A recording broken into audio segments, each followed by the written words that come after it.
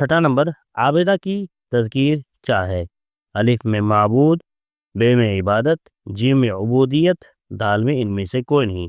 तो सही जवाब क्या हो जाएगा? आबिदा की तज़कीर। आबिदा का मुज़क्कर क्या हो जाएगा? आबिदा का मुज़क्कर क्या हो जाएगा? कमेंट बॉक्स में ज़रूर कमेंट करें, बताइए। आबिदा का जो मुज़क्कर वो होगा आबिद, ठीक है, आबिद होगा, जो कि यहाँ पे ऑप्शन में नहीं है। तो इसलिए सही ऑप्शन क्या हो जाएगा? दाल इनमें से कोई नहीं। अगला सवाल है, रक्कासा की तज़कीर है। रक्कास, रक्स, रक्सा। रक्कासा जो नाचती है, नाचने वाली है, यानी डांसर, लेडी डांसर को रक्कासा कहा जाता है, ठीक है। तो क्या हो जाएगा इसका? इसका मुज़क्कर क्या हो जाएगा? रक्कास।